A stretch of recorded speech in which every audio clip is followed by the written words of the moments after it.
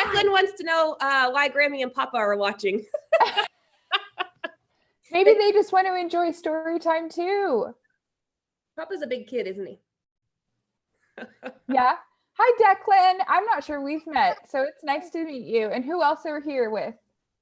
Oh, Rowan. This is Rowan. Rowan. Say hi to Miss Geneva, please. Good morning. Rowan's still in his pajamas here. I get it. It's totally fine. I probably would be if I could be. And then we have Alice and the crows here. Yes, I'm doing a little bit of chasing. JP is feeling a little nervous.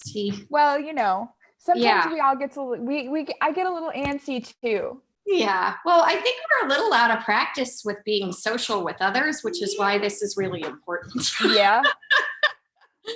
Well, we're going to have some fun summer events coming up, so maybe I'll get you some extra practice on that. Oh, that would be awesome. Here we go. Here's JP.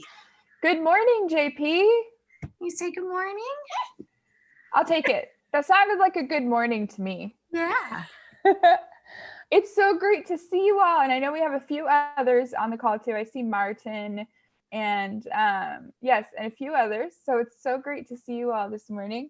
I have a pretty cool storybook I think that you will like. And this morning during worship, we're going to be talking about how we can reframe or think differently about the world around us so that we're not constantly comparing ourselves to other people. So sometimes our friends have toys that we wish we could have maybe, or they have games, or they go on adventures we wish we could go on, and we can't always go on those same adventures, but sometimes we go on little adventures with those we love, and it talks about learning to really appreciate those. So I'm going to hop us into our story, and then we'll have our dance break, and then we'll go into worship, and I will be back and we can chat about our storybook in just a second, okay? So for this morning, we're going to be reading. We love this book. Do you know this one, JP? Yeah. Excellent. And do you know that at the new library or museum, the book museum they're going to open, the rabbit hole? No. One of their special exhibits there. Oh, wonderful. I found this story and I just loved it. So JP, maybe you can help me as we read our story. Yeah? You want to Great. come over? Okay. Let's see. So this morning we're going to read Last Stop on Market Street, and it's written by Matt De La Pena, and it's illustrated, by Christian Robinson.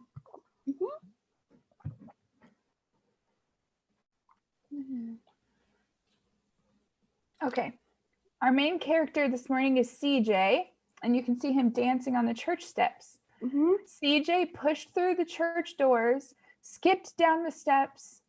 The outside air smelled like freedom, but it also smelled like rain. That kind of sounds like how it's been lately, doesn't it?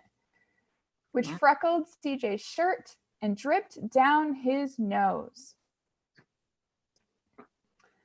He ducked under his Nana's umbrella, saying, "How come we gotta wait for the bus and all this wet?" "Trees get thirsty too," his Nana told him. "Don't you see that big one drinking through a straw?" CJ looked for a long time, but never saw a straw.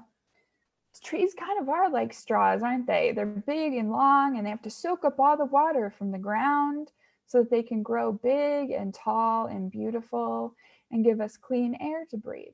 So that's a nice way of thinking about it.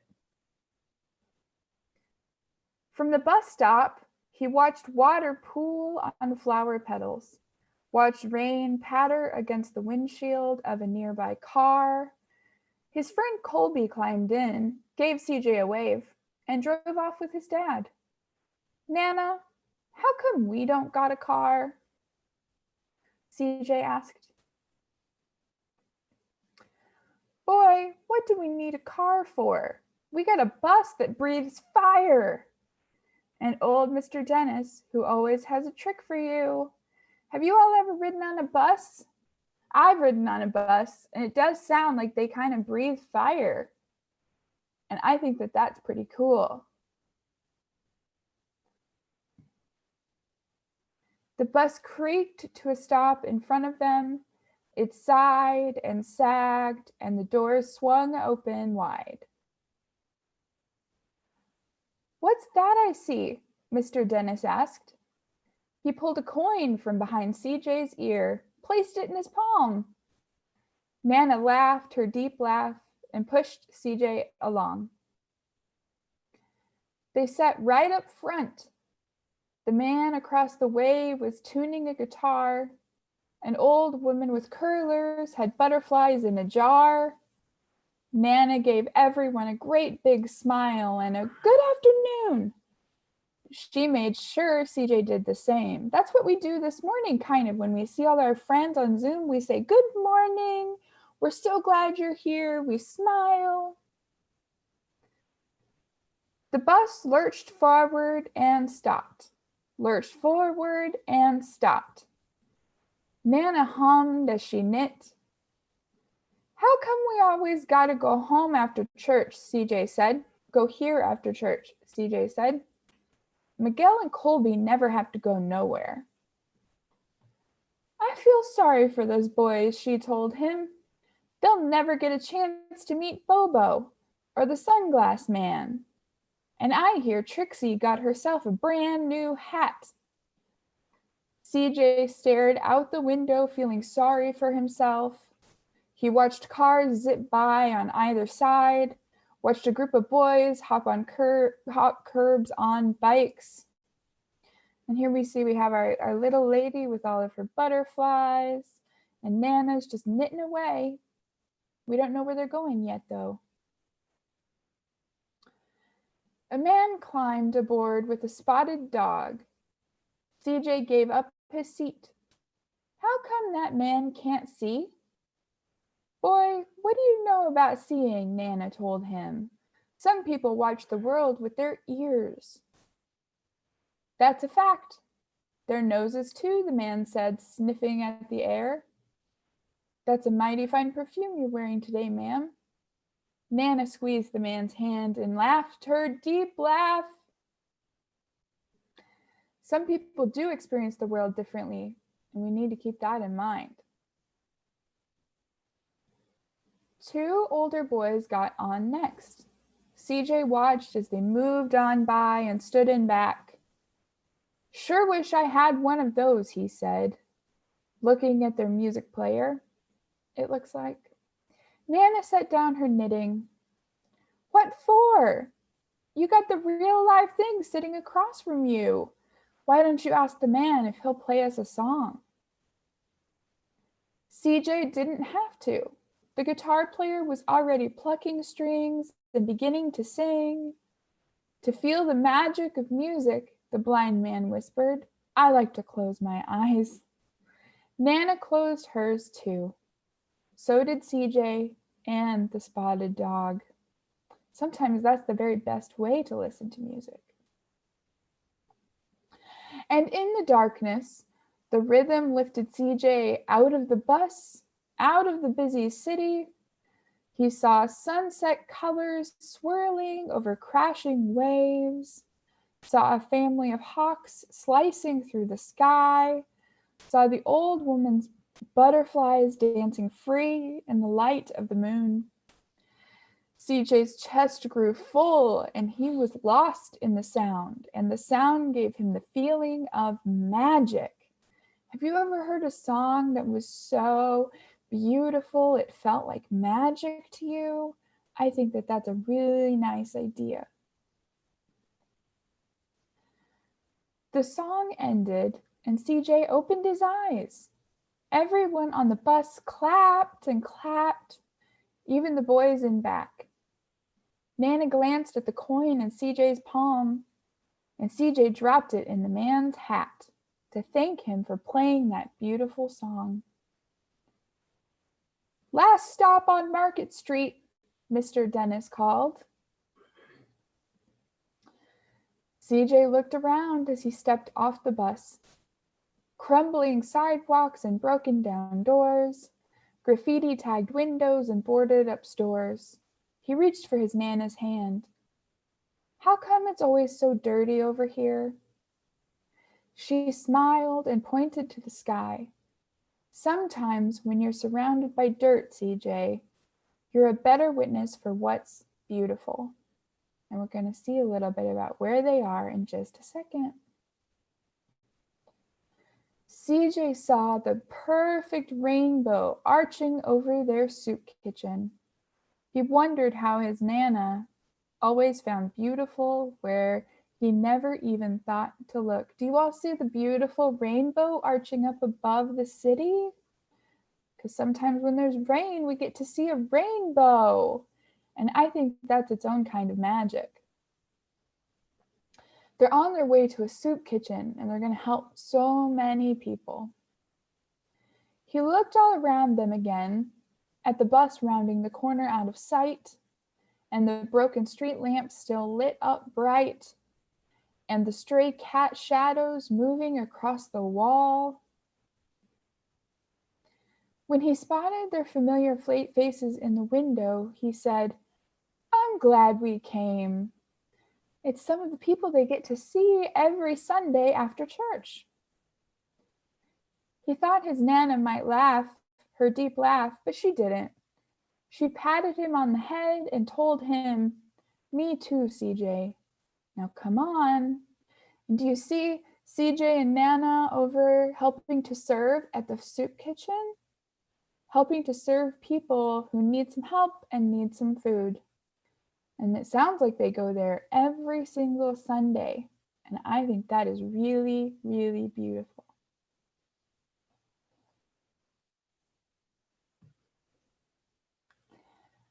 That's our story for this morning. And Reed, I saw you were enjoying right along, and I'll unmute to the oars if I can. Can you Yeah. hi to someone that you saw there, JP? Who did you see there that you were excited to see? Hi, Miss Shirley.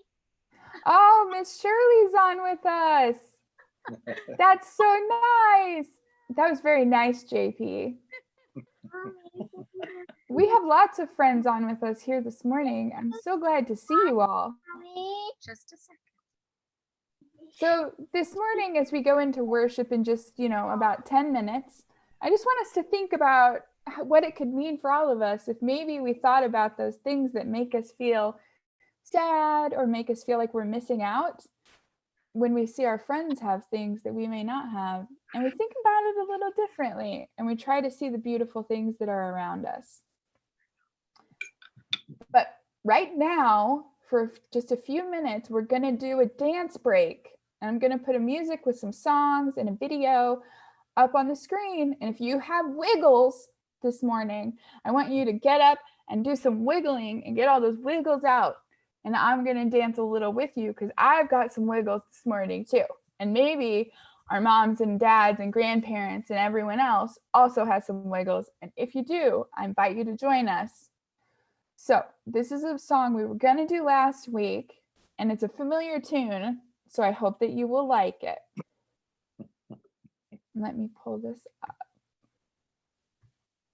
Okay, here we go.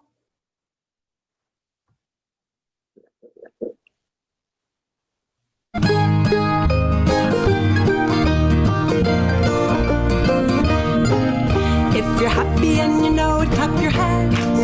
If you're happy and you know it, clap your hands. If you're happy and you know it, and you really want to show it. If you're happy and you know it, clap your hands. If you're happy and you know it, stamp your feet. If you're happy and you know it, stamp your feet. If you're happy and you know it, and you really want to show it. If you're happy and you know it, stamp your feet. If you're happy and you know it, turn around. If you're happy and you know it, turn around. If you're happy and you know it, and you really want to show it. If you're happy and you know it, turn around. If you're happy and you know it, wiggle your hips. If you're happy and you know it, wiggle your hips. If you're happy and you know it, and you really want to show it. If you're happy and you know it, wiggle your hips.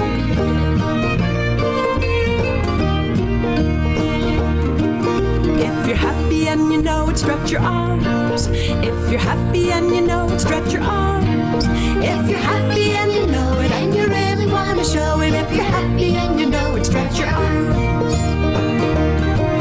If you're happy and you know it, pat your head. If you're happy and you know it, pat your head. If you're happy and you know it, and you really want to show it. If you're happy and you know it, pat your head.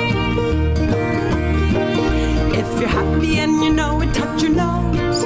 If you're happy and you know it, touch your nose. If you're happy and you know it, and you really want to show it. If you're happy and you know it, touch your nose. If you're happy and you know it, point your toes. If you're happy and you know it, point your toes. If you're happy and you know it, and you really want to show it. If you're happy and you know it, point your toes.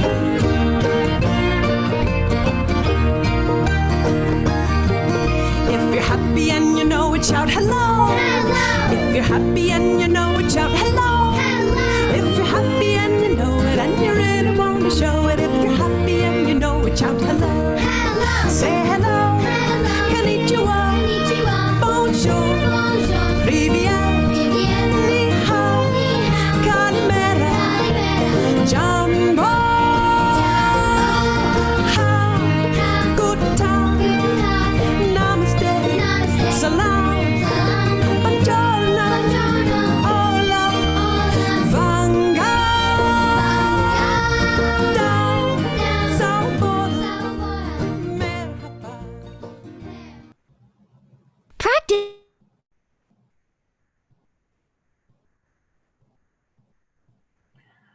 Thank you all so much for joining for our dance break. I'll post that on Facebook if you would like to have a link to that song. It's so nice to learn how other people may say hello. And I know when we did our sign language lesson earlier this week, we also learned that you can say hello just by waving to people who may not be able to hear your words.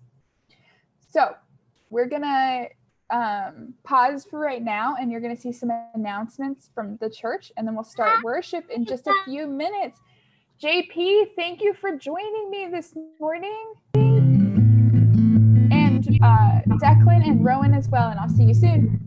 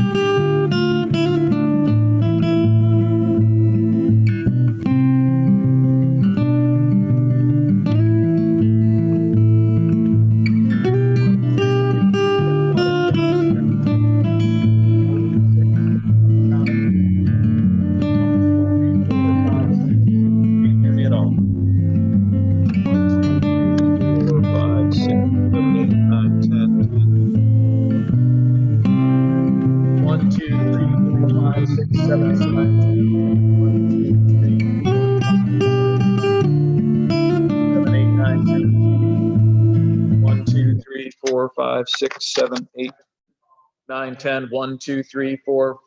1, 2, 3, 4, 5, 6, 7, 8, 9, 10. 1, 2. Anything? 1, 2. Anything? 1, 2, 3, 4, 5, 6, 7, 8, 9, 10. 1, 2. Good. Okay.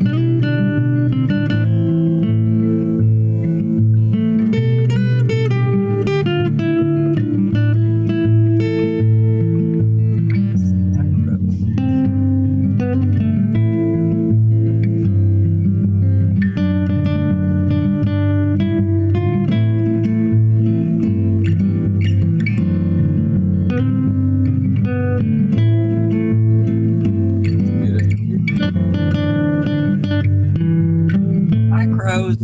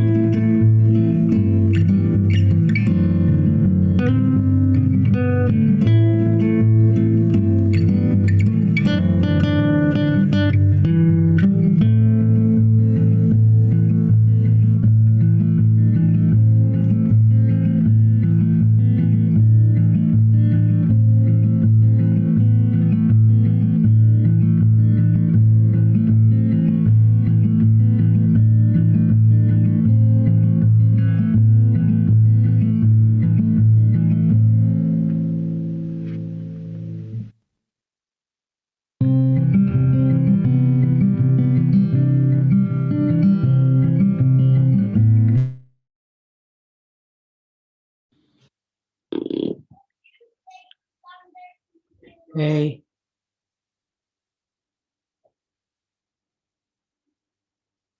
See if we can do this. Good morning. We good? Good morning. Hi, everybody. Morning. good morning.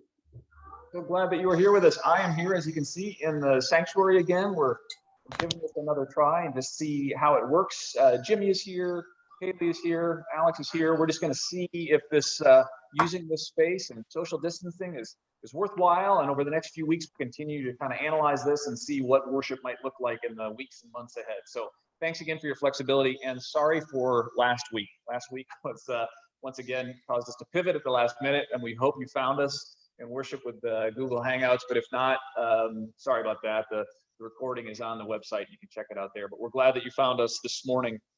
If you have a second at the beginning here on this Memorial Day weekend, this is clearly a Memorial weekend like we've never experienced before. And if you think there might be somebody in your life who could use a service where we try to find a little bit of joy even in the midst of this sorrow and sadness, I would encourage you to send them an invitation, whether a text or an email or something, with this Zoom link, because it's not a public Zoom link, so you can invite someone else to be a part of this. Sadly, the organ so far, we've not figured out how to make it work live on Zoom, but there will be another organ postlude at the end. Mark has been here during the week playing, and so we look forward to sharing that with you at the end of the service. Finally, before we begin and worship this Memorial Sunday, I want to pass on a note from Phil Zeke, chair of our nominating committee. If you've not had a chance to nominate someone to be an elder or a deacon on the nominating committee next year, they would love to hear your input. You can email him, and the link is in the chat box below. All right, friends, let's gather our hearts for worship, and I'm going to send it to Chris. Good morning. It's good to see everyone. I hope you're having a good Sunday so far. I want to also extend a very special welcome to visitors or folks who are relatively new to Seconds community. We're so glad you're with us today. And if you're interested in learning about ways that you can get connected, either through small groups, Bible studies, just fellowship groups, we invite you to send us an email at staff@secondpres.org. We'd love to connect with you and learn a little bit more about you as well. I would love to have us get started by welcoming one another. So I'm going to invite Alex or Geneva to unmute all of our mics. And I invite you to put on a smile and to wave to one another, welcome each other. Everyone. Hey, everybody. Good morning. Hey, everybody. Hey, everyone. Good morning. Morning. Good morning from the Shui. Hello. Good morning. Good morning. Good morning. Good morning. Good morning. Hey. Hi, Mary. Hi, Patters. Hi. Hi, Mary. Hi, I'm Worth. Hello. Hi, Teresa. Hello. Hello. Hey, Mary. I see Jenny's here, and I see Brian and Meryl and the Hi, Kristen. Who's the cook? yeah. Hi, Susan, John. Good morning. Good morning. Good morning. There's lots of them. Wasn't it great to get a haircut? Hi. They're being stuff out of it. Hi, Susan. Hi. Hi, Barbara. Says go Huskers. Morning, Max and John. Hi, Doug and Sally. Hi, Doug and Sally. Sally. I love Dennis Walker. Molly. Hi, Kristen. Hey there, Mike. Jenny on? Hey, Jenny, are you on? Oh, no, you're gone. There. Good morning. So again, as we begin our time of worship, it is so good to see all of you. I love folks sitting outside on their porches and just getting to enjoy this beautiful weather that we're having. And as we enter into this time, I'm going to invite you to join me by centering yourself in the presence of God and the presence of one another. If you feel comfortable, you can soften your gaze or close your eyes. And I invite you to breathe in and out with a really deep breath. And to breathe out, to feel the Spirit of the living God dwelling within you as you continue to breathe. Holy Spirit, be with us as we gather for worship this day. Rest upon us. Fill our worship with music and song, prayer and praise. Help us to remember that no matter where we are, you are with us and you bring us together to be the church, your people. Bless our time of worship. In your name we pray. Amen. All right. Friends, today we are continuing our series on ordinary joy and extraordinary times, and Paul's going to be talking about what robs us of our joy, which is often comparing ourselves with others or focusing on what we don't have. And so we wanted to start off today's service by doing something a little different, which is rather than focusing on comparing ourselves, we want to start by celebrating each other. And as you may know, this was a big graduation week for a lot of our members of our community. And so we have a very special opening video that is going to celebrate all of the folks who graduated in our congregation. So I'm going to invite Micah to come on, and if you want to say anything about the video we're going to see. But again, you'll be seeing all the folks who've graduated, and take notes of those folks. And if you feel called, send them a card or a word of congratulations a week ahead. So Micah, I'm going to bring you on and to introduce the video, and we'll go from there. Yes, this is a video that I believe Jimmy has worked on. It's also incorporating our opening hymn. So that is hymn number 69, Here I Am, Lord. I know it's a familiar one for many in our congregation, so if you feel led to sing along while at home while you're watching, feel free. I think I remember that song.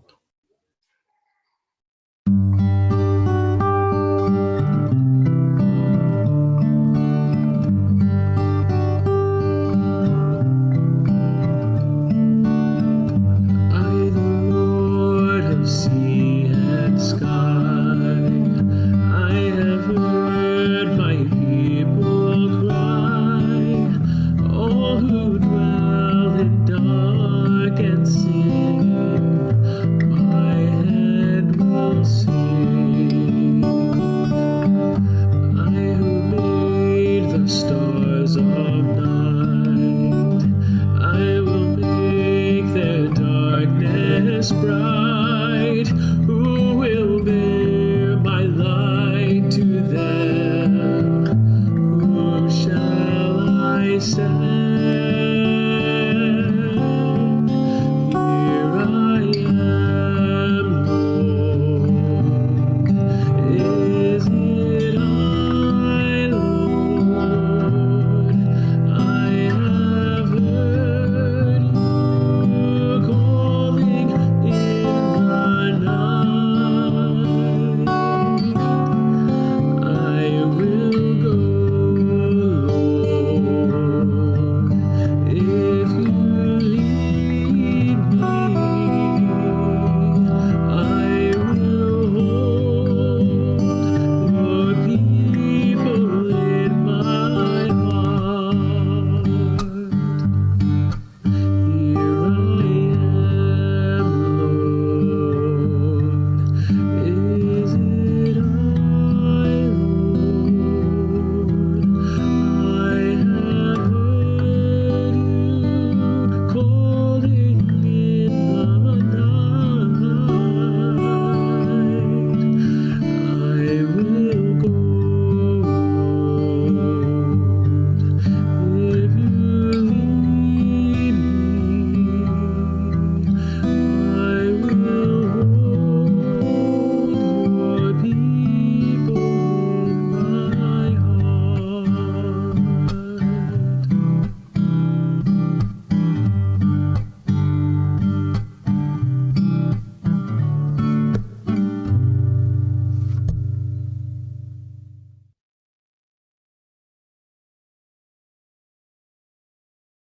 Let's give it up one more time for our graduates. That is an amazing group of people. We are so happy for all of you and so proud of you. Congratulations. It's been a strange May to celebrate.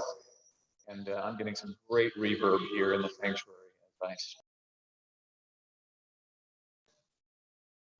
Are the folks here online hearing me okay? I am good. Okay, great. All good. Anyways, congratulations, graduates, and everybody else who's going through different life, connecting with people in different ways or finding ways to celebrate the little achievements in your life. We congratulate you, and these are clearly unique times. In fact, in these times, if I was to ask you, or you were to ask somebody else, how are you doing? As long as someone hasn't been crushed financially or physically by this virus, and actually even some who have, I've talked to, if you were to say, how you doing? How's life? Probably most of the people that you would talk to at this time in our world history would say to you, I'm thankful. I feel blessed. I'm healthy. I've got a family or friends that I've been able to fall back on or help out with me. I've got others to stay connected to. I've got food in my refrigerator. I've got a roof over my head. I've got a phone. I can call other people and stay connected. I can open my window, or I can even get outside and walk. I've got a computer that allows me to get online and stay connected. In times like this, we kind of boil down all of our essential needs to the ones that really help us to stay connected and help us to remember what it is to be thankful and to have well-being. In these times of challenge, we can boil it down to the things that we know we really need and we truly are grateful for. It's one of the benefits of seasons like this. And if you're a family like our family, there might even be other benefits on top of that, where your friends or family have come to shelter with you and you've been able to spend time that you never would have spent before with others and work through some things and celebrate things together. You could even say that a time like this, even in the middle of a pandemic, you can say you're feeling blessed. But despite where you are, I think most of us would recognize that in this season, we would say, I feel privileged, I feel thankful, I feel appreciative. And for some of us, even in the midst of this time, we have found new ways to even feel joy. Now, if I had asked you that same question just a few months ago, how's life going? How you doing? Most likely we would say fine or okay. But then there's a lot of us who would maybe afterwards follow that up by listing a few things that weren't going so well, a few complaints that you had, things that are happening at work or the price of gas. I mean, these are all things that today we wouldn't necessarily even think to comment on, right? Our circumstances, where we find ourselves, and the reference points in our lives have so much to do with how it is that we gauge and communicate our own well-being and our happiness. When it comes to assessing our own sense of joy and contentment, recognizing the simple things in our life that should bring us joy, probably the biggest challenge that we face is this default that we have of finding our joy and our well-being in reference to others or in reference to something outside of ourselves.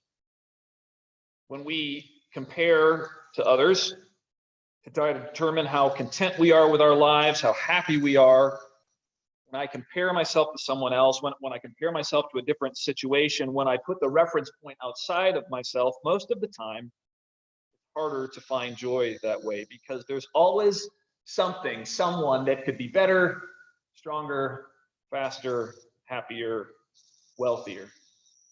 Unless we are really intentional about it in our own lives, our own souls, our own families, we will inevitably tie our sense of satisfaction and contentment and joy to some reference point beyond ourselves. And since life is not always fair and pain and luck are distributed unevenly, then finding a consistent way to assess our joy and our well-being and our contentment is a tricky thing to do. So, to help us out, our God, who knows us quite well, gave us a list of 10 things to do. 10 things that if you do these things, you will live better, you will experience life better, especially in community. We call those the 10 commandments, and you probably know them, right? It's you shouldn't kill, right? You shouldn't steal. You should honor your father and mother. And then when God got to the end of this list of 10 things that God wanted us to do to experience the most joy and contentment we could in community, the last thing that God noted to everybody was, do not covet. Don't covet. Just don't do it. Don't desire and want to take for yourself your neighbor's home, your neighbor's yard, your neighbor's goat, your neighbor's car, your neighbor's house, your neighbor's spouse. Don't covet. Don't desire and want to take those things for yourself, because if you do, you will be miserable.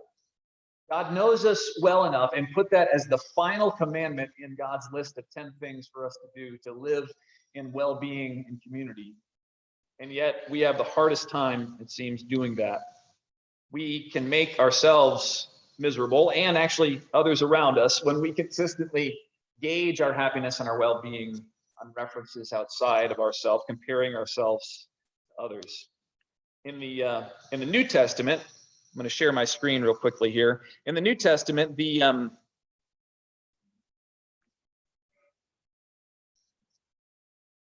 Apostle James does this in a little bit more of a blunt way in talking about comparison jealousy and envy. James tends to be a bit blunt. So to hear it in James' voice and James' word, we've invited the Brookhuizen family to come on and read from James chapter 3. Who is wise and understanding among you? Show by your good life that your works are done with gentleness born of wisdom. But if you have bitter envy and I can't hear the selfish Brookhuisens. ambition, can everyone hear us?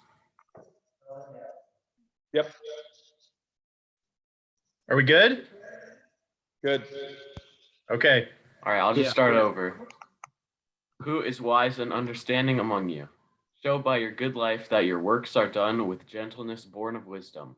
But if you have bitter envy and selfish ambition in your hearts, do not be boastful and false to the truth.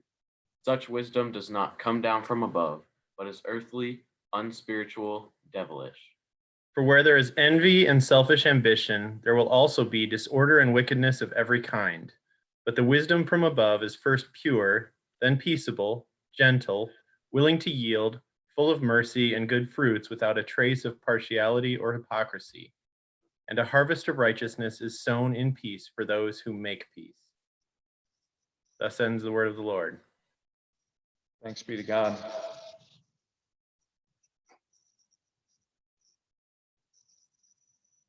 Thank you, Brookhuisens. Can you guys see me? We good?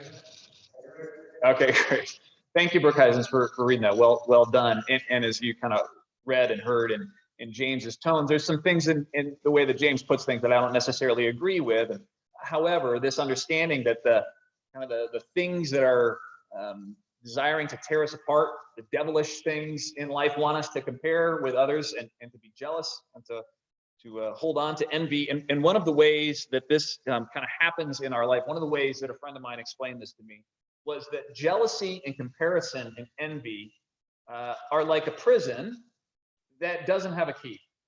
And it's a prison that we literally put ourselves in. And the only way that prison stays closed is that we grab hold of the bars and we pull it closed. And so I found this image, right? Envy, comparing, jealousy is a prison we lock ourselves in. We are the ones who determine how tight the gate is closed. We are the ones who determine how long we stay locked. We are the ones that choose to stay in a prison like this. And so therefore it would reason that we also are the ones that can relieve ourselves from this kind of prison. The Yale class that I've been taking, maybe some of you are taking it with me, with Dr. Laura Santos on well-being and happiness. She references a study in her third or fourth lecture about V.H. Medbeck, who's a psychologist. And Medbeck and colleagues in his study depict how much our sense of happiness and joy is tied to what it is that we choose to look at and how long we choose to keep our gaze there. Now, I want to just walk through this with you. I'd like everyone just to think about a skill or a task, something that you're kind of good at, something that you've worked at that you feel pretty good about, whether that be baking, or it might be spelling, or it might be running, it could be weaving, it could be, I don't know, whittling. So something that you're fairly good at and you work hard at it, and just imagine that sometime in your life, you are informed that you are one of the 100 best weavers, bakers, runners in the world. And then you get a further note that you're actually one of the 10 best in the world and that we want to celebrate you. And so you are invited to a gathering where the 10 best weavers, cookers, runners, whittlers come together and you do your craft together, and a panel of impartial judges watches you. And at the end of this time, they say, not only are you not the 5th best in the world, or the 4th best in the world, or the 3rd best in the world, you are the 2nd best, whatever it is, in the world. Now you can just imagine you would be thrilled. Hopefully that's something that you could remind yourself of, and if they gave you a medal, you'd hang that in your wall, and it could bring you joy for the rest of your life, right? This skill, this craft is something that you've worked on. However, what Medbeck found and his colleagues is that after studying a number of Olympics and looking at videos and pictures of people who stand on the medal stand, right? You got bronze, silver, and gold. that in looking at the pictures, looking at the videos of the people who stand and receive the medals, the 3 best people in the world at whatever that competition was, and then in subsequent interviews, they found that in comparing the happiness, the joy, the well-being of all 3 of those, the happiest was the person that won the gold. The second happiest was, can you guess? The person who won bronze, the person in 3rd place. And the least happy of those 3, and the person that shared even going forward in their life, that they continue to have resentment and frustration based on that competition, were the silver medal winners. Can you guess why? Right? It's because the silver medal winners chose to, rather than look at the entire world and how well they had done in this competition, how amazing they were, instead, all they could do was stare at the gold medal winner and wish they had just swum a little harder, worked a little harder. This is what we do. We put our gaze in one direction, and by simply choosing to do that, to choose to focus on some reference point that perhaps isn't even logical, doesn't make a whole lot of sense, we can imprison ourselves in frustration and bitterness and envy. This pandemic has reminded us, like the Apostle Paul was reminded the times when he was put in jail, literal jail. He said that I have learned to find contentment, no matter my circumstances, even joy. Because when you find yourself in those places, you reorient yourself. You take your eyes off of those irrational things that we like to focus on. And we remind ourselves, we reorient ourselves around a more permanent and eternal and realistic sense of joy and thankfulness and well-being, and we are set free. It's interesting because even those of us who have been taking more walks these last number of weeks, we tend to, right, walk a few extra blocks and walk down that street that has the biggest and most beautiful houses, right? The shows often that we choose to watch are the ones that depict amazing lives, fascinating lives played by elite, talented people, beautiful people who are wealthy beyond reason, have experiences and opportunities that we never will, people whose stories, even if they might be flawed for the camera, are perfectly curated and airbrushed. And we are reminded with every scene that if we want to be really happy and well off, we need just a little bit more. We need to do a little bit better. Comparing, envying, puts us in a prison of our own making and our own doing. So this is what I'd like us to try this Memorial Weekend. 3 things that we can do this weekend that might help us to push the door open a little bit, unlock ourselves, find joy that's balanced a little bit more and based in the eternal. So the first thing that I think you can do, and this should be simple, but I would encourage you just to take a media fast. For just today and maybe tomorrow, just even if you can't fast entirely from social media and from TV and movies, just reduce it by an amount you think you can, 25%, 50%, and just see how you respond. See if it makes you feel any better, less jealous, less constrained, less comparative and competitive.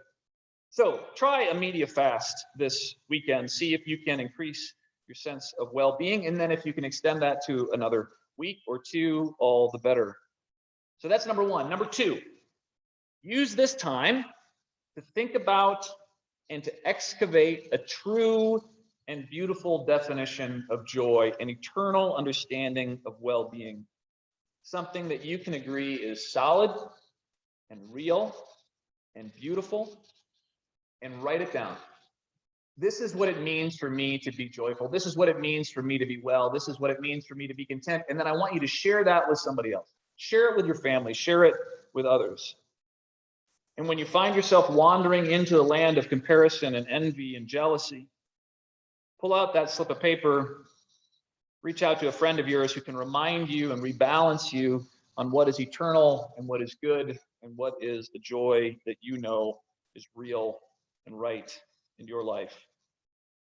One area of our economy that has done quite well, you've probably seen it on your block as well, is the home improvement industry, right? I don't know if you've had a chance to go to Lowe's or Home Depot, but they're doing quite well. Stacy and I made the decision last weekend that we wanted to jump into this game as well. So we found a front part of our front yard that's been bothering us for some time. It's this tree that sits on a slope in our front yard, and it's kind of got a bunch of bare roots around it. We can never get grass to grow around it. So we thought what we're going to do is we're going to build a small retaining wall around this tree on a slope, and then we're going to, fill it with mulch and make it look really beautiful. It should be simple. Not simple. Not simple at all. It took us a lot longer than we thought, and I've still got some scrapes on my knuckles to be able to get down to and find a level space, and then to dig around the roots and to add a little more dirt here and dig a little bit more there, and then to continue to have to pull out your leveler and to make sure that you are on level ground so that that wall, as it loops around your tree base, continues to remain true and level. It's not an easy thing to do, but as I was doing it, I was thinking about this sermon as I want to do sometimes, right? So this is what life looks like, right? Every day, every week, ups and downs. What we can do as intentional people is put our focus on something that's a little more eternal and a definition of joy and well-being that's a little more eternal. And to do that, it means we're going to have to kind of excavate a little bit and set a line and say, this is what contentment is based on my relationship with my family, based on my own understanding of myself, based on my relationship with God and my understanding of the eternal truths that God has revealed to me. This is what joy and contentment is. And once you establish what that is, and sadly, times like this sometimes help us to do that excavation, then take a stake and stake it in and name it and say, this is what joy means to me. This is what well-being is for me. And remind yourself, stake it into place. And then finally, the third thing that I would encourage you to do, one of the things that I'm trying to do, is to just swap 3 words, right? So rather than seeing somebody who has something that you don't, or seeing somebody that you might be tempted to be jealous of, or some circumstance that you might be envious of, instead of saying, what about me? Just try to swap 3 words and say, good for you. Good for you. It takes the attention off of ourselves. It moves to praise rather than whataboutism. Good for you. In fact, this weekend, as many have experienced different milestones in their life, I would encourage you to just grab a note and write a card to somebody and congratulate them. And if you can, I would even encourage you to find and think about somebody perhaps in your life that you've been a little envious of and jealous of. And write them a note and say, good for you. I'm encouraging you. And that shift of perspective, I think, will bring you another step out of the prison of envy and competition.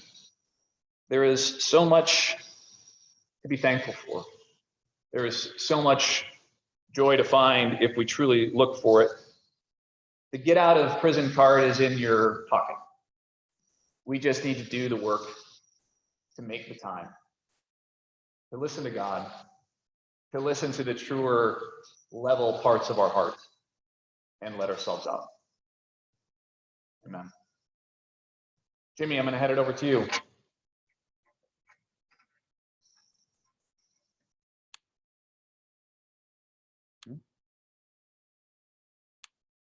All right. Hi, everybody. So I am sitting in the transept, just being able to be in our space again. And there's just something beautiful about being able to be with everybody and be here and just remember some beautiful things. Paul, thank you so much for what you're sharing. I just have a couple of things that I wanted to run by you all before we go into our breakout rooms. As always, we have our continued new ways to give. I don't know if any of you have had a chance to try this out, but you can do a text to give through our new PushPay app. And as we're continuing to do all of our ministries, whether it be with our kids, with our teenagers, the classes that we're doing, I know that we're all working hard from home. And I just am so grateful. I've been able to spend a bit of time with the deacons lately and just how everyone in this community, in this little tribe, is taking care of each other. And all of that's possible because of what we're able to do. And as we start to chart the course over the next several months to what it's like to be back in this space, know that your faithfulness and generosity is continuing to make all of that a possibility. So here's a few ways that you can continue to give. If you don't have your pledge on autopilot or you want to give something special today, here's a few ways that you can do that. I also just want to do a special plug for our all church virtual picnic that's coming up, working with our Congregational Life Committee to make that happen. So put that on your calendar. It's going to be a lot of fun. In the next week or two, you're going to start to get some more details about ways that you can prepare and ways that you can contribute, ways that we can have a little fun together. And then I also just wanted to make you aware of this opportunity that just came up this last week. Many of you know that we work with harvesters a couple times a month. We have a dedicated group of volunteers that goes and packs nutrition kits for kids all over the Kansas City metro, actually all over the kind of central Midwest here region. They do a campaign every year where they coordinate with the postal office to go and send out bags and envelopes for donations, both monetary donations and physical donations, food in particular. And so those mailers are going to go out at some point, but this is the time of the year that they need help creating that stash. And there's several 100,000 of these that need to be done. And so they've asked if any volunteers would want to pick up a stash, go home, assemble them in the correct way, and then turn them back in. And so that opportunity is available. And we're trying to figure out how many to get. So my good friend Jill Hodge is helping coordinate that. She and I had a good talk this week on how we can do so safely. She's willing to go get the major materials and then have everything ready pretty much here at church next Sunday. And so if you want to participate in that, we just need to know by Tuesday of this week. So in the next couple of days, 48 hours. You can email Jill, you can email me if you are interested, and we'll create a stash. We're doing kind of in groups of 200, and you have a couple weeks to do it. So it's really not a ton of work, but it would really help our harvesters friends out a lot. So if you're looking for something to do that's generous and charitable, a safe thing you can do in your home, this might be a good option. So just email Jill or I, and we'll get you everything you need to make that happen. We're going to transition over into our breakout rooms here in just a second. This has become one of my favorite parts of our Sunday morning. This is just a way for us in smaller settings to say hello. And so we've kind of started to get the gist of what it looks like. I know some of you have had some really fun experiences in breakout rooms, and some of you have had maybe some awkward experiences. So we have some ideas for you on how you can make this a really positive experience. We're going to break out for maybe 10 minutes or so. You don't have to go into your breakout room, but I really encourage you to. When you get in, introduce yourself, maybe just share a little quick update. A couple minutes in, then we're going to throw up a question, and today's questions are going to be about what Paul was just sharing about comparison. Everyone take a turn to answer, and when you're done with your answer, nominate the next person to talk. Sometimes the awkward silence is just everyone trying to be really polite.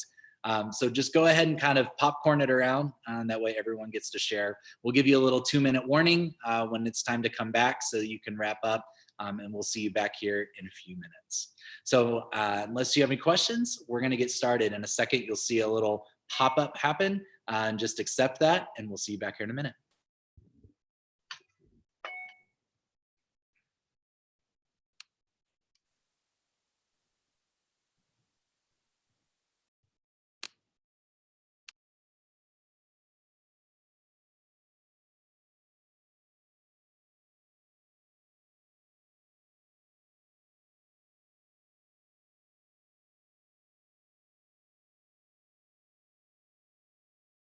All right. So it looks like the folks who are still on right now are folks who chose not to be in a breakout group. So let's see who's here. So I see Kendall. Hey, Kendall, can you hear me? They did that last week too. Hey, can you hear me? There. See you this morning. We've got a lot of folks who are just on, but with no video. So I'm assuming that means people are still in their pajamas, which, hey, more power to you. More power to you. All right. So we'll hang out here for a few minutes. And when the questions come on, I'll share those. And if you'd like to join us, you can unmute your mic and we'll have a conversation. And if not, just take this as a few minutes to reflect on Paul's message about joy and what steals our joy and ways that we can celebrate others rather than comparing ourselves with them.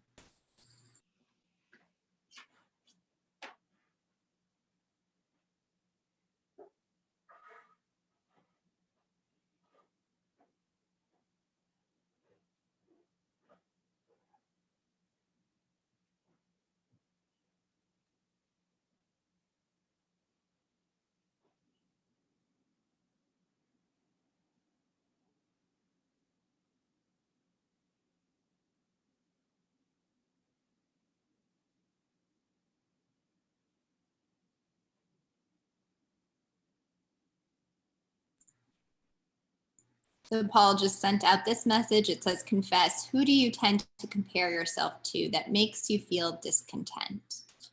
Who do you tend to compare yourself to who makes you feel discontent? So if anyone would like to talk about that, let me know and we can join in some conversation together. Otherwise, I encourage you to reflect on that question on your own.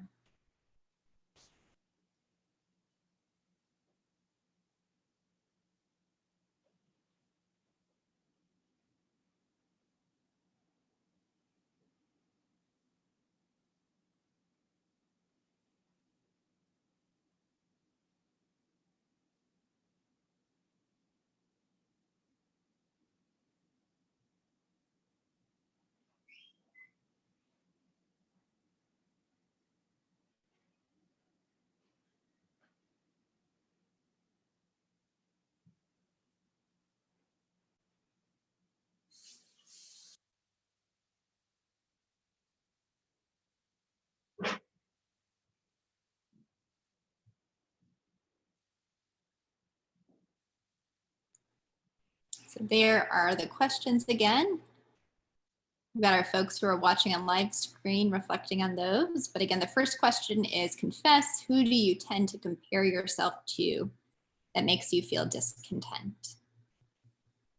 And then the second question we're being asked to consider this morning is what's your baseline for joy? What is that baseline that you have for having enough, for being enough, for feeling joy?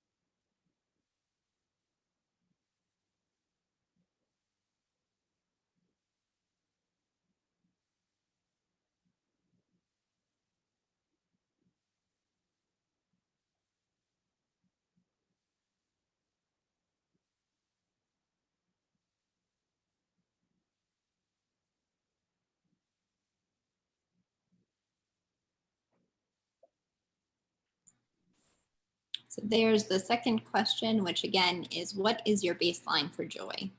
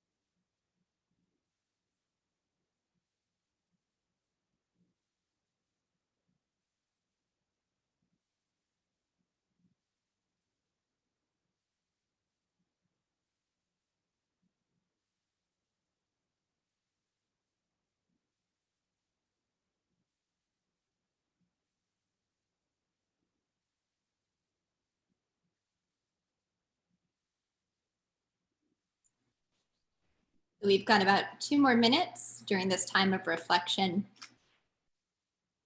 Heads up, then in about 2 minutes, we'll be gathering back together as a large group and continuing with our worship service.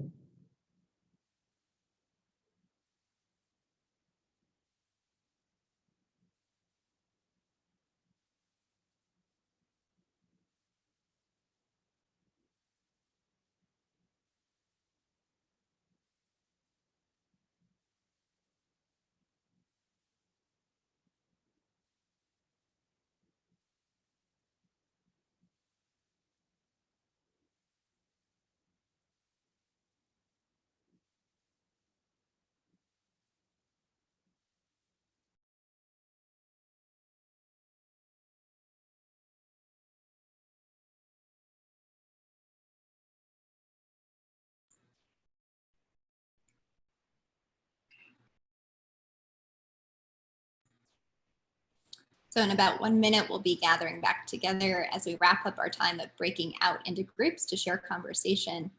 Again, the questions we are being asked to reflect on is for us to reflect on who are the people we compare ourselves to on a frequent basis, and then also what is our baseline for joy. So I hope you had some good conversation and had a chance to reflect on those questions and what they mean for you personally. We'll be gathering back together in just over a minute.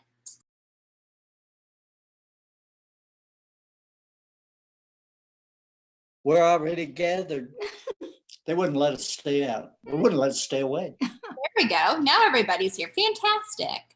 Well, I hope you had some good conversation in your groups and got to connect with people, some perhaps that you knew and perhaps some new folks as well. Friends, as we continue in our service, we're going to take some time now just to recognize this weekend.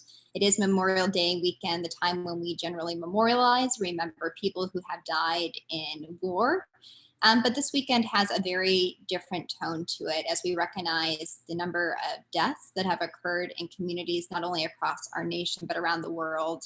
And as we were preparing for worship this week, we thought it would be important to take time just to feel the gravity of that. I don't know if anyone else saw the New York Times front page with the names of hundreds of thousands, almost 100,000 folks who've died. But to recognize that those aren't just numbers, those are people, those are lives, those are children of God, mothers, fathers, sons, cousins. And we want to take time to mourn and to grieve. However, as we do so, we also recognize that we are a people of hope and of love, and that we take comfort in the fact that nothing in life or in death can separate us from God.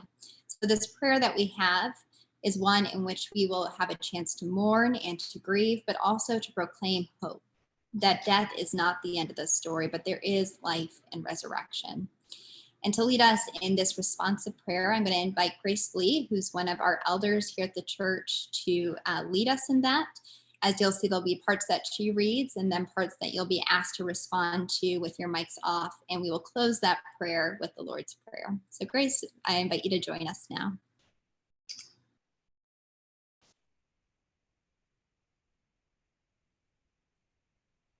Hello, everybody.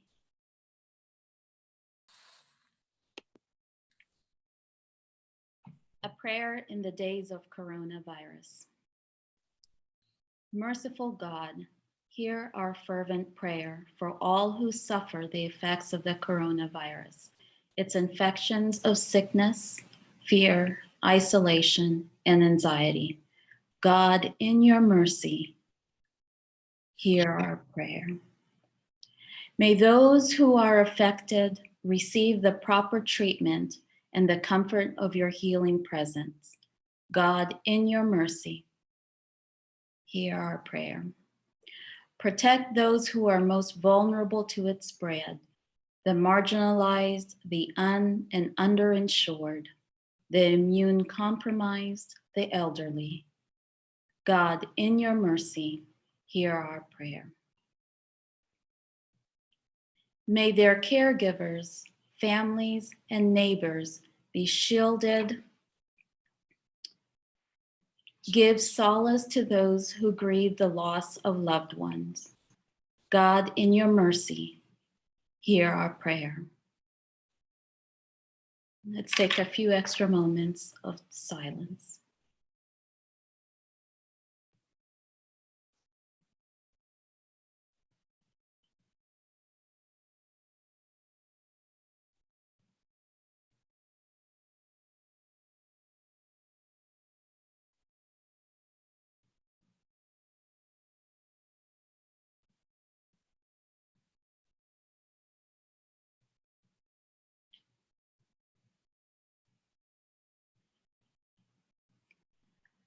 Guide and strengthen those who strive to develop tests, vaccines, and cures, that their work may limit and conquer the virus and restore communities to wholeness and health. God, in your mercy, hear our prayer. And for all of us who find ourselves living under the collective sadness of mourning all that's been lost, friends, futures, jobs, graduations. As we fumble through this grief, remind us to be gracious with ourselves and others. God, in your mercy, hear our prayer. Holy One, help us rise above fears and assure us of your presence when we are yet fearful. Calm anxieties with your Holy Spirit. Bring healing to all in need of it. We ask all this in the name of the wounded healer, in the name of all that is holy, just, and compassionate. And join our hearts and voices in the prayer you taught us, saying, Our Father, who art in heaven, hallowed be thy name. Thy kingdom come, thy will be done on earth as it is in heaven. Give us this day our daily bread, and forgive us our debts, as we forgive our debtors. And lead us not into temptation, but deliver us from evil. For thine is the kingdom, the power, and the glory forever. Amen.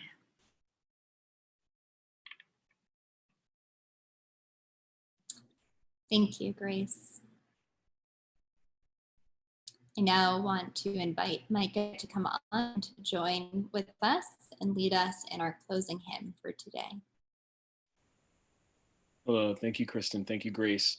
This song that we're about to play, the recording is of Matt Black and his family singing "A Million Dreams" from The Greatest Showman. It is not a hymn. It's a little bit different, but the message is really, really inspirational, and I think it really connects really well with this weekend for the various things that we are both celebrating and remembering this Memorial Day weekend.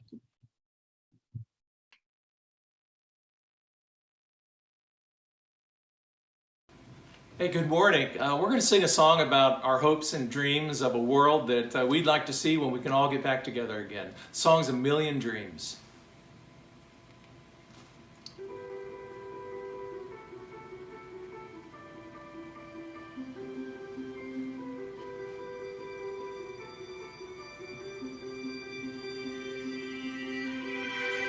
I close my eyes and I can see a world that's waiting up for me, that I call my own. Through the dark, through the door, through where no one's been before, but it feels like home. They can say it all sounds crazy. They can say I've lost my mind. I don't care, so call me crazy. We can live in a world that we desire. 'Cause every night I lie in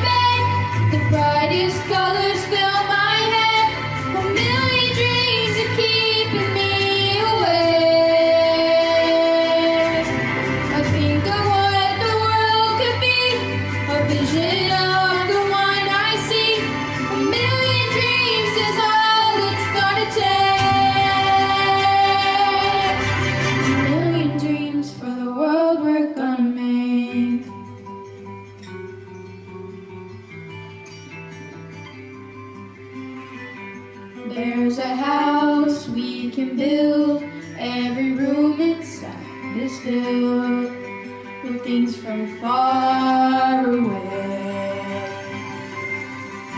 The special things I compile, each one there to make you smile on a rainy day.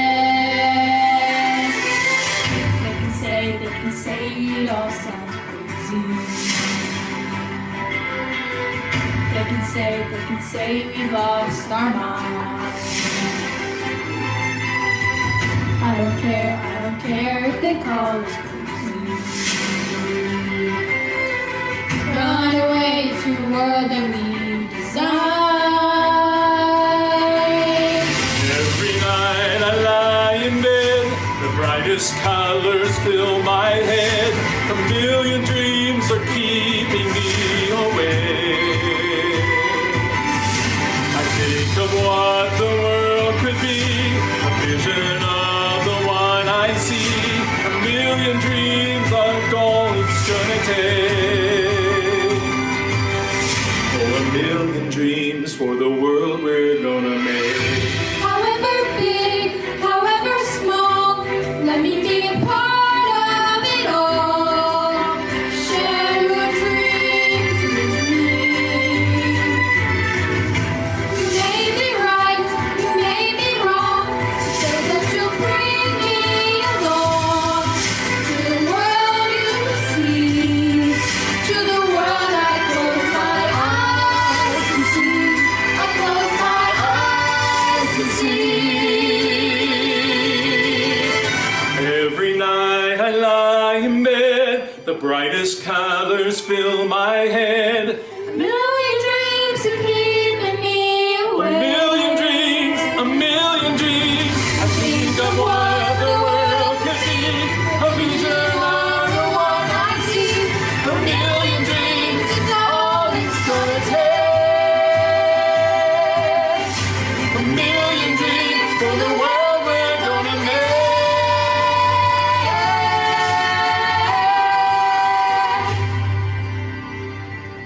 For the world we're gonna make.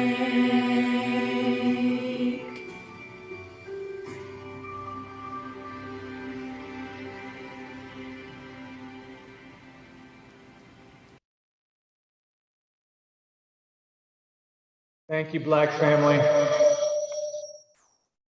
That was amazing.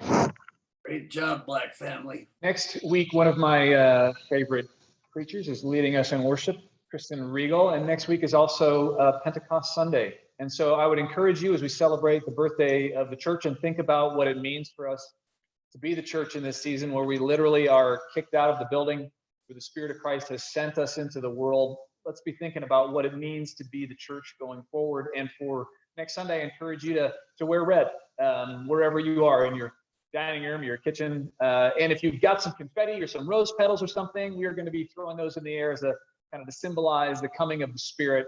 So next Sunday, Pentecost, hope to see you again. Until then, I want to have us end with a benediction that I stole from Sonia Reese Taylor.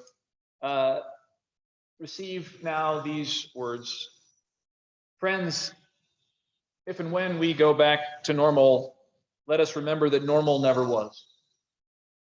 Our pre-corona existence that found ways to normalize competition and greed, inequity, exhaustion, depletion, extraction, disconnection, confusion, even rage and hoarding and lack.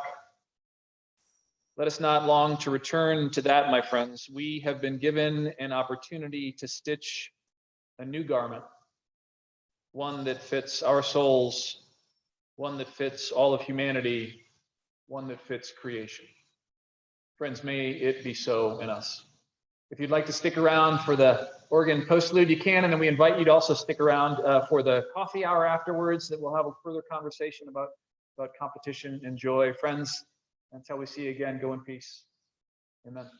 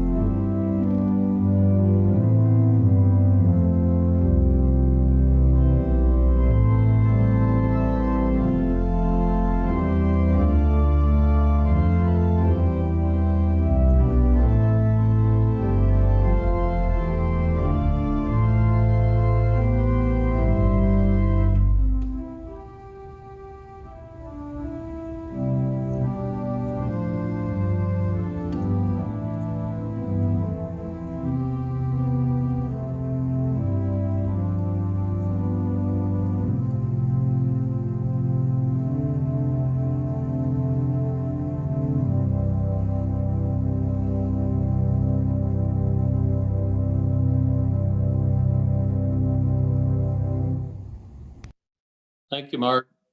I think it was. Yeah, Thank you, Mark. Beautiful. Beautiful. I think so. Thank you, Mr. Mark. Thank you, everyone. Thanks, Mark. Thank you, Alex. This is great. Thank you, Mark. Thank you, Mark. Thanks. Goodbye. Mark. Thanks, Mark. Bye. What was that? What hymn Hi, number Jenny. was that? I'm here too. Okay. You can leave. For folks who want to stay on, we'll have a conversation real quick and check in with one another for informal. I know there's a couple of Sunday school classes that are going to See you start. for second thoughts in a few minutes. Yep, absolutely. We'll give folks a Kristen, what hymn number was that? I know it's the 23rd Psalm. You know, Kite, that's a good question. I do not know. I don't know offhand. So Mark was recorded, so go. he's not present. Yeah. And I know that Haley said that he's taking requests. So if there's a specific hymn that you'd like to hear, I'm sure that he would be more than willing to play it, or if there's a couple of them. But it's beautiful, and I love the different view and getting to see him actually playing. It's really, really cool. It is cool. Especially his feet. Yeah.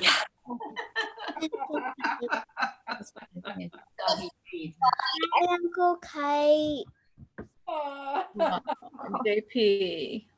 I saw his sock feet the other day playing. I think we should send him some really jazzy organ playing socks for Christmas.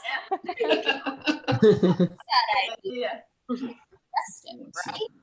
Bye-bye. I think JP has the right idea when he goes right up there at the end of service to watch Mark. Oh my Hi, gosh. Uncle Kite. Hey, Frank. How are Hi, Frank and B. Is that Frank? Frank and B. Hi, Frank. Hi, B. Hi, Star. Hi, Star. Hi, Carols. We're going to see your great grandmother's grave tomorrow. Wait, what? Oh, good. We're going to see your great grandmother's grave tomorrow at the cemetery. Memorial Day. We love seeing you all this morning. This is our first Zoom. Thank you for joining us. See you, Star. God bless you. And Frank and B. I'm gonna hop off now, but we'll be back next week. Hi, sweetheart. See you guys. Okay. Hi, everyone. Christine. Hey everyone. Leaving the meeting. Hey Kristen. Hi, Doug. How are you doing? Doing good. Oh, by the way, I wanted to say thank you for sending me the invite to join with the group Absolutely. with the service. You're able to join us. It's the nice thing about Zoom is that in the midst of being isolated and apart, there's lots of different ways that we've been able to come together. And Doug, I'm so glad you're able to. Yeah. And you're in Georgia, is that correct? Yes, definitely. Because I figured something out with my devices. So the thing is, I know that my iPad has Zoom. I do have the Zoom app on here too on my phone, but there's a way that I can retrieve the email that you sent me. I send that to my iPad, and right from there I hit the sign in code and to my iPad, so it worked out perfectly. Wonderful. And everyone that is not Kristen or everybody who's on here, I do want to let you know the Pretty Talk is Doug Penny, and he's my boyfriend. And I just want to share who you are if you don't know who he really is. And it's very important to me. So thank you all for letting Doug to join our group. Absolutely. Absolutely. Yeah, and thank you, Mary, for the introduction. You're welcome. Mary. Absolutely. How are you both doing? It's good to see your faces this morning. Can you hear me? Are you guys having a great day? There we go. Now we're unmuted. Hey, Andy. Hey, Nancy. How are you both? Hey, Andy. Now we can say good morning. Good morning. Good morning. And Christine is here. Welcome, one of our newest members. Good to see you. Yes.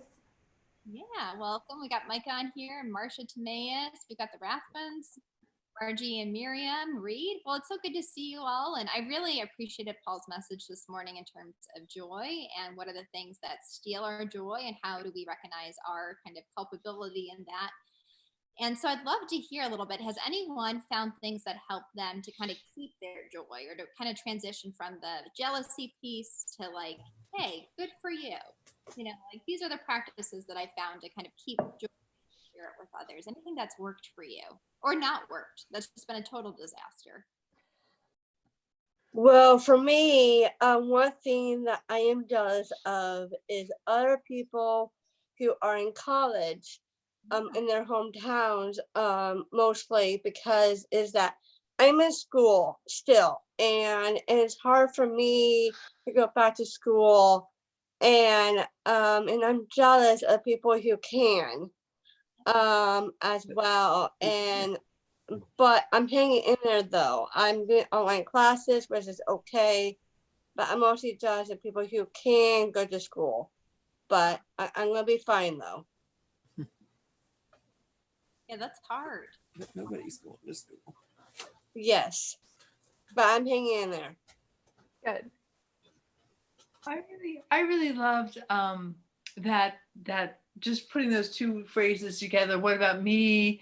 And good for them, because that's when you go to good for them. That's such a shift in your mind view of the world. You know, it's like I think so.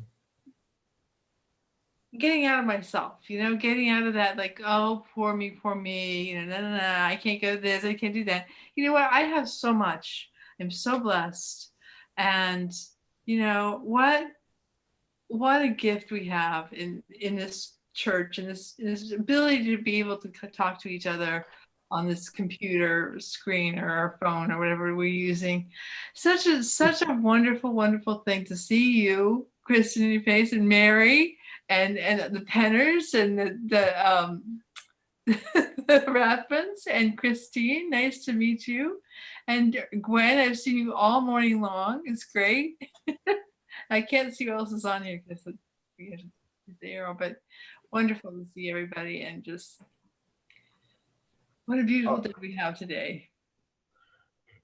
Looking for joy. This is Don. Hey, Don. I guess this would be joy because my brother dropped by a while ago and he had a baby deer born in his backyard.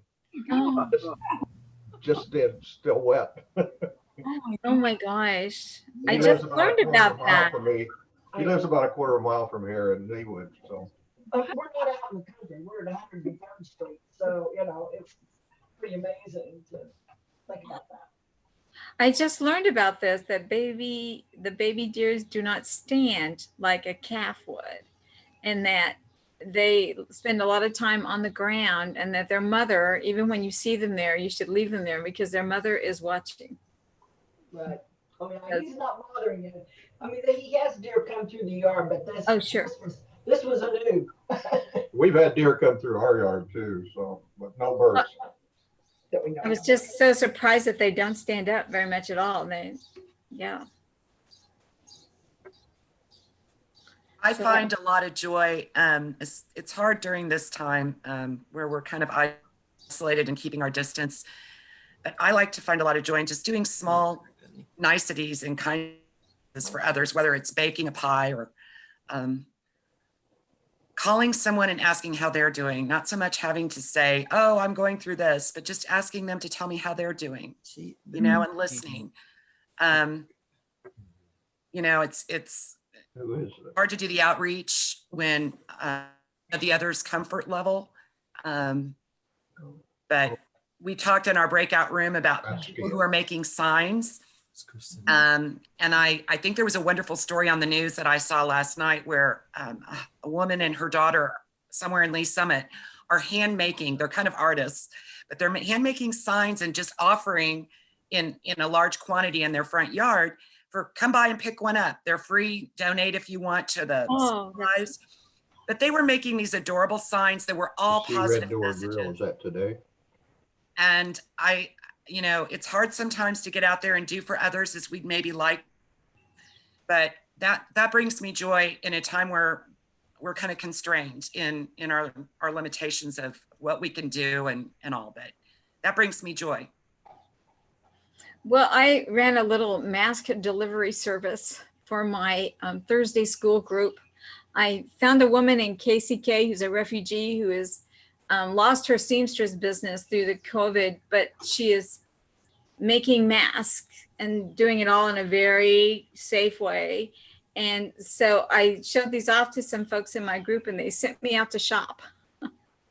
And we've had great fun because she's a refugee from the Congo and all of her fabrics are from Africa. So they're really unusual. I love that idea too of, right, joy being something that is shared, right, through that experience, whether it's changing from what about me to good for you, or through those acts of service or relationship. There's just something really neat about that idea that joy isn't just about an individual pursuit, right, but it's something that comes through that relationship. Really appreciate. Marcia, is there anything that has brought you joy or things that have been helpful for you in terms of keeping your joy in your life? Well, there's a couple of things I was thinking of while people were talking. And one is getting back to handwritten notes and spending more time doing that for people that are not out and about and are much more isolated than I am or have ever been. And so that's a nice thing to be able to do for people. The other thing is we have seen an indigo bunting in our backyard a couple of times, which is this incredible blue. And the other day I went hiking with a friend of mine and we were keeping our distance, but we went on a long trail out in Weston as a deliberate way to get out in the woods. And if we didn't see an indigo bunting out there, it was incredible. It was like frosting on the cake. And the other thing was that I had made Chris a special mask for him because the one he had wasn't fitting properly. And after I left his house the other day, he has 3 housemates, and one of them said to me, "I want a pink one." And another housemate ran out the door and said, "Well, I want one too." So anyway, I've taken 3 masks over there this afternoon for the rest of his housemates. Oh, good for you. Anyway, so that was really fun to see their excitement about a mask of all things. When were we ever excited about wearing a mask? Never. So that was a lot of fun. So anyway. Kristen? Thanks. Kristen? Yep, Max, go ahead. We've been enjoying watching our daughter in Moberly as she presents various stories and classes and suggestions for their at-home education. She's parents as teachers, and she's been very, very active every day with her students in Moberly. Her babies. Her babies, she calls them. What grade does she teach, Max? It's the parents and parent educators. She goes out and gives. She doesn't go out now. It's all video. It's all on. She's got a blog. But she has families as clients in Moberly, and some of them have very small children and before preschool. It's up through infant to 5. Infant to 5 in their homes. And so she tells the people, she has sheets that she gives them to tell them what their growth status is at certain levels and what they should be doing with them at each stage of their growing up. Yeah. Parents and Teachers is it's a home visitation program for parents. It is, except now she's doing it online. Well, online, of course, but it's from parents from the time they get pregnant until the children are ready for kindergarten. Yeah. Oh, wonderful program. She reads stories to them and talks about colors, and I don't know, she sets up this whole stage of stuff that I think, good Lord, where has all that been hiding in your house? It's great to see that the ECLC is doing the same for our program for the kids in the ECLC at Second. Yeah. That's great. Lori Fisher had that job for the Kansas City, Missouri School District. Lori was the wife of Don Fisher, one of our previous. Oh, yeah. Yes. And she had that job until Kansas City, Missouri School Districts. Yep. I don't know why they made that decision to cut that from their budget. I don't either, but they haven't in Moberly. It's not cut. It's just completely reduced. I work with that program as center manager, as a state and local trainer and a national trainer.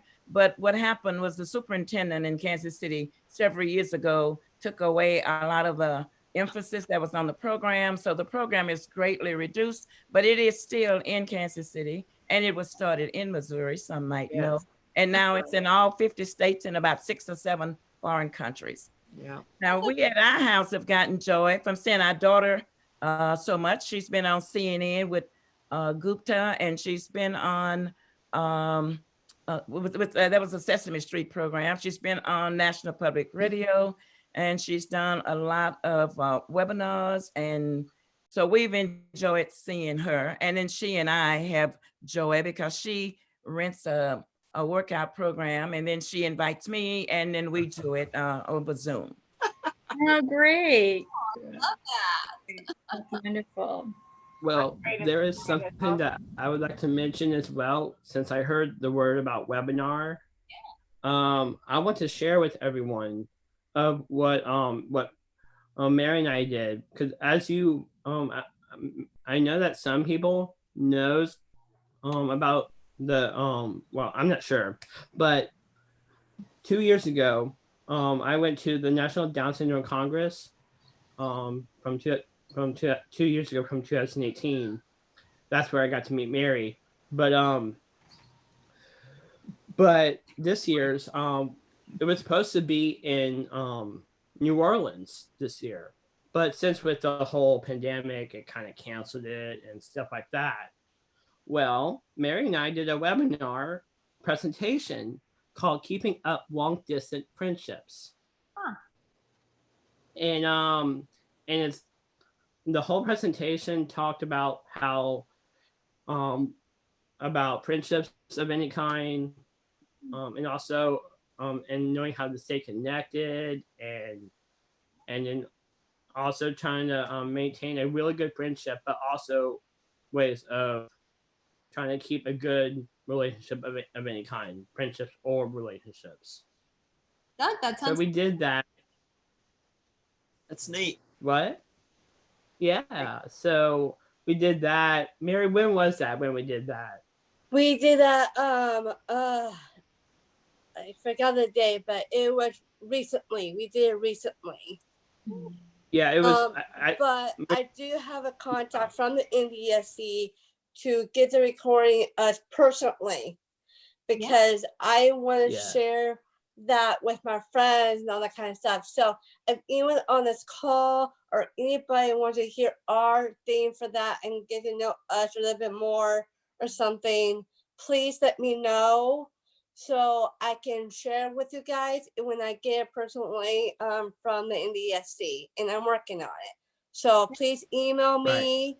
Email me will be better. If not, Facebook or whatever, or number, or call me, whatever. But please contact me if you want to listen to it, so I can give you guys it personally if you guys want to. Mary, I would love to. If you send it to me, we can put it in the church newsletter too. So once you get the link, just pass it on to me, and that way we can share it with other folks. And that sounds fantastic. Does it need to be just you, Kristen, or can it be Paul as well? Yep, absolutely. If you send it to either of us, we'll put it in the newsletter, and then the whole church can watch it. Does that work for you? That sounds great. That's really happy about it. And there is something that I want to add, and then we can get carried on with the conversation. But I want to I'm in the same boat as Christine Betts, because I mean, during this pandemic of this virus, you need to figure out more things to do, like what things to keep doing while we're in this virus, because during this whole thing, it's kind of like, I wish that I can go back to work, even though with some businesses are reopening and mine isn't, and stuff like that. But I'm always trying to keep them alert with my work at Chick-fil-A to tell me when they're going to be reopening their dining room, because that's where I mostly work at Chick-fil-A. So I'm kind of jealous with other businesses that are reopening, but besides just working, but during this virus, this is the great time to trying to figure out more things that you can work on, that you can put your mind onto. It's kind of like the way that when Mary and I told all you guys about the presentation that we did. It's just that there are other things that I've been doing myself. I've been keeping myself busy when Mary and I got with this presentation, but we've been working on other things too. So I've been hanging out with my family, my niece and nephews, from ages from 9 to like 4, and they're fun to be around. They call me Uncle D. His family means a lot to me and stuff like that. So, but this is the perfect time to figure out what other things that you can do in your own homes. Yeah. So I think that's I know it's not typical, and I know it's not like that easy to do, because mostly when you're at home, like, yeah, you can do whatever you want, but it's kind of like you're still at home, but you're doing like a lot of relaxation sometimes. And so mostly, let's just say I want to get out more. So the way that I do that for myself is that I have like a big neighborhood, and what I do is that I like to go out for walks. And so anyone else? I love. We work a lot of jigsaw puzzles. Jigsaw puzzles? Yeah. Yeah. Well, we'll take your advice to heart, Doug. Thank you. You're welcome. Great. I mean, and it's interesting to see what's bringing people joy. And again, how do you make those connections in the midst of all of this? I mean, I think there's just, so many different ways of reaching out, even if physically we can't necessarily reach out to one another. And I think the long distance connection, friendships, that's awesome. And walking and family and friends both near. Mm-hmm. I mean, there's just, And even, go ahead. yeah. I'm sorry. And even just being with each other in person, that's put that into fact too. I mean, I remember when this virus had started that it canceled one of my vacation trips to go see Mary up in Kansas City. But and yes, Mary, yes. But ever since that happened, it made me realize that I wanted to be with her more, and I wish I could. But the good thing is to be closer to that is by doing what we're doing right now. And so I love doing that, but mostly I just love being in person. I know it's been hard right now to not be able to connect in person, but again, I think there's that opportunity to reevaluate and say what matters and what does it mean to be in relationship, and how can we be supporting out and sharing joy even in the midst of not necessarily being able to gather together. We are able to meet with, we're able to meet with Pat Sams almost every day as she walks her dog by our house. And that's where Joni went just now to go out and talk with Pat. So we appreciate members who are close by. I think that is fantastic. I mean, how neat just to be able to have those driveway conversations and connect them. And I'm going to invite us to bring the conversation to a close, but I love kind of this question of what does it mean to build relationship and community? Because that's actually what we're going to talk about next week with Pentecost. So Pentecost is when the Holy Spirit came and fell upon the disciples and those who had gathered in Jerusalem. And the coolest thing is that the Spirit didn't just fall on one group of people, but on all these different folks. And then they had the challenge and opportunity of figuring out, well, what does it mean to be followers of Christ? What does it mean to be the church? And I think in this moment today, we're being asked that same question. What does it mean to be the church in the world? So I think whether it's reaching out to friends and neighbors, making sure that we're connecting through Zoom and making sure we're looking for a different new world to do that. But we'll continue to explore that question next week. Until then, I hope you all have just a wonderful Sunday, a blessed Memorial Day as you both remember, mourn. Yes. And friends, go in peace, enjoy the day, and we will see you soon. Well, So glad to see all of you. Good day, everyone. Yeah, great to see all of you. Good to see you. I'll see you guys again next week. Bye.